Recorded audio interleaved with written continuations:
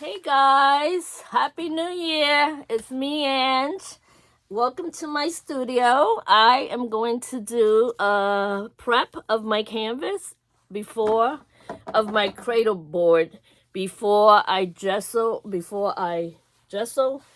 and get it prepped for epoxy resin. So just read all the precautions. I'm going to put them on the description once I do this epoxy resin, so you know what to do when you're doing epoxy resin. I learned how to do geodes from Stephanie, Miss Cullberry. Her classes were well worth it. It's worth all the money, and let me tell you, she's a very good teacher.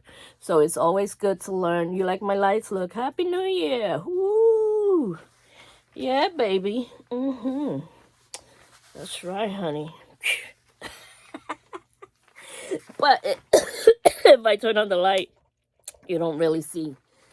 You don't see the lights blinking. So that's why I had to turn off the light on the ring in order for you to see the lights actually blinking. So I'm just gonna give you more or less a prep of how I do get my cradle boards ready before I do epoxy resin on it. So the first thing I want to do is, of course, put my hair up a bit here, because don't want my hair all over this canvas. So I'm going to bring you down so you can see. Okay, guys? Here we go.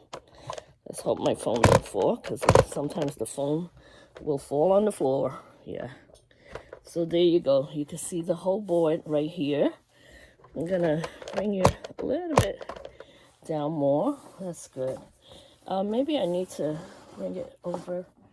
Yeah, I could just move it over a little bit more this way so you can see more of what I am going to do.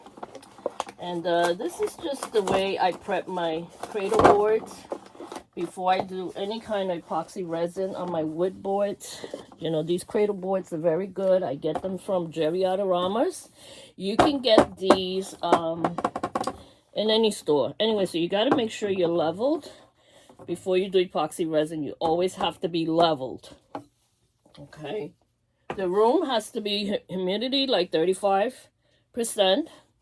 Humidity, you have to have, the degree should be between 70-75%, 70-75 degree in the room. And I have lots of ventilation down here because I have lots of windows in this, finished basement. Used to be my his pad when he used to live at home. So now it's my art room. And of course you want to measure 16 by 20, and it tells you more or less how much epoxy resin you need for this particular size board. And then you do the measurements. You use the resin. There's a 1-to-1 ratio. This is why I like these cups. They have 1-to-1 ratio, 2-to-1, 4-to-1, 5-to-1, 8-to-1, 6-to-1, 8-to-1. So depending on what resin you get from what company, I know that, I like the 1-to-1 ratio a lot more. So I do use the Stone Cold Countertop. Is a very good resin. It's one of the best out there right now. So I use that one. And just want to show you how I put this tape around the board. I put it like a skirt. Just put it around the board, and I put it halfway, a little bit down from the side, because I want to leave a little room so that we can see the board when it's completed. And yeah, so you leave it like that, like a skirt. You want it to go down like a skirt because you want your epoxy resin drips to fall down this skirt and onto the table and not create dimples or, little drips underneath your board, because then that means you'll have to go outside and sand your wood board after the epoxy resin is. Make sure you smooth this out with your finger, because it creates the adhesive on the tape to really go on. And this is what it looks like. You see the edge? It's like showing half, and the other half is not showing. So, and then I put my cups there to to balance it off. Make sure that it's, I always put it on cups. It's better like that for me. It works perfectly for me. So yeah, that's what works for me. So now I put the tape away, finish with this tape. I don't need it right now anymore. And then what I do next is I use the heavy gloss. This gesso, this is heavy gesso. This is the kind of gesso I like to use a lot for my epoxy resin. It works for me, so whatever works for you, that's what you use. So I'm just gonna get a, let me get a brush to use with that. This is a very good brush. It's very soft. It's kind of old, but it's a very old, soft brush. I love it. I use it all the time. It's a very good brush. I leave it in water and alcohol because that's the way I clean my brushes.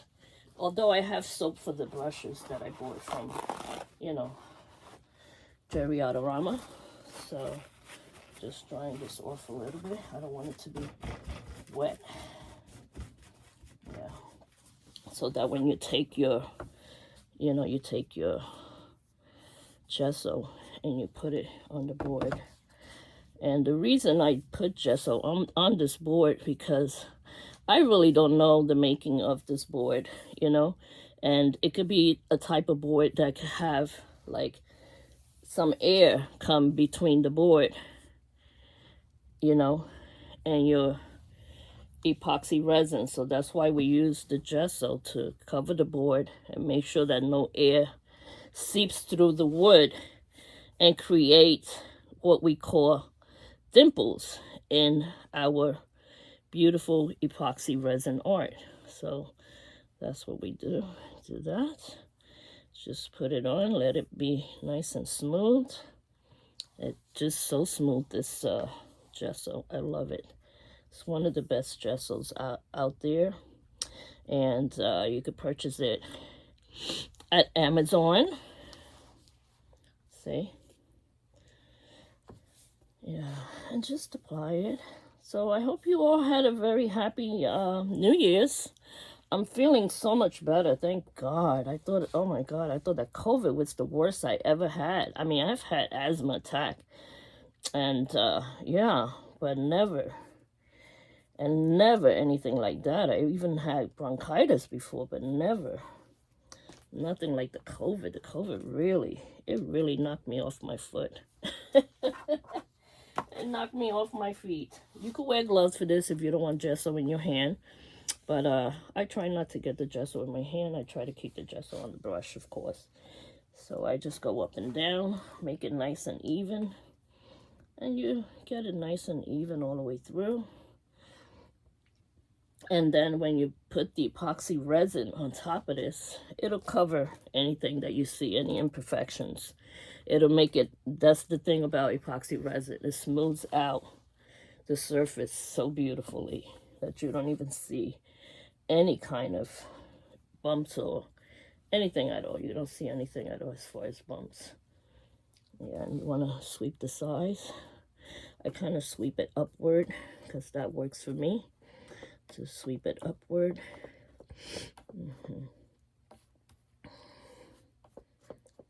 Yeah, just sweep it kind of upward to kind of keep it nice and snug in there. Yeah. And I'm just going to do that all around. Just, I'll look at it in a little while on that side to see how it looks. Because, of course, I can't see that side from here.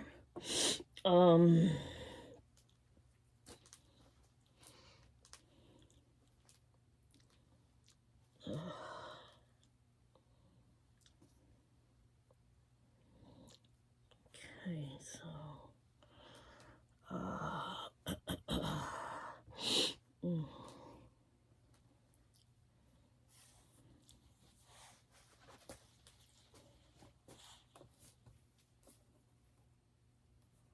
so my face is still a little swollen from the you know, I had to be on I had to get myself on the steroids, and that kept my lungs really open very nicely. Thank God. Because I tell you that COVID was coming for me. And you never know. You know, my sister-in-law had it, and she passed away 6 months after. I don't know what happened. Maybe because she worked in the field. All the people in my family that died of COVID, and there were 1, 2, 3, 4 in my family, and they all died, and they were all in the medical field. So, you know, that goes to show you that you deal with the medical field, you got to really use precaution while being near patients and all that, and make sure you stay with, you know, you use your precautions all the time. Just like you use for like contact isolation in the hospital. You got to use those hazmat suits that they give you to wear. Otherwise, forget it.